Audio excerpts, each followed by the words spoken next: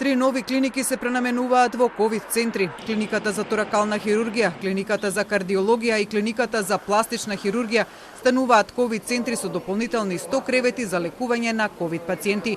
Освен овие клиники, ковид пренамена доби клиниката за травматологија со 25 кревети и градската болница 8 септември отстапува уште едно оделение со 25 кревети за ковид пациенти, но ќе го намали хируршкиот програм и најави дека ќе се вршат само итни неодложни операции.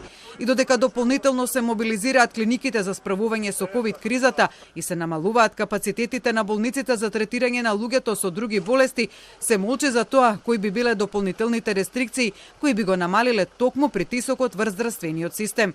Затоа денеска алармираше лекарската комора, која побара од Комисијата за заразни болести сериозно да ја разгледа можноста за нови рестрикции. Свесни сме за фактот дека овие мерки се крајно непопуларни, но во интерес на одржливост на болничките капацитети и зачувување на јавното здравје, како здравствени професионалци сметаме дека нивното воведување е повеќе од потребно.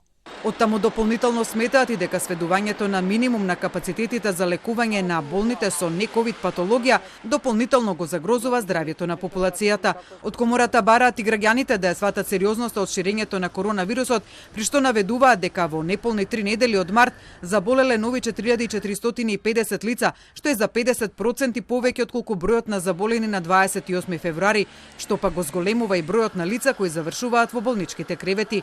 Во последното деноноќе само во Скопје на болничко лекување се примени 71 лице и утрово во главниот град имало само уште 40 слободни кревети. На ниво на целата држава слободни се уште 290 кревети, а од компликации од коронавирус се лекуваат 1193 лица. Построги мерки за да не колабира здравствениот систем побара епидемиологот доктор Драган Даниловски, кој во топ тема изјави дека нема доволно време да се види каков ефект ќе даде полицискиот час. Сметам дека е време, јас тоа го велам, да се удри кратко со чекан, да се спроведат комплетни затварања само за време на викенд. Значи, еден викенд 24/7 да се затвори општеството. Едноставно да се задржи здивот, да кажам толку. И додека лекарската фела отворено бара засилување на мерките, Комисијата за заразни болести тоа го остави за понеделник, а не ги открива ни плановите за воведување на нови рестрикции.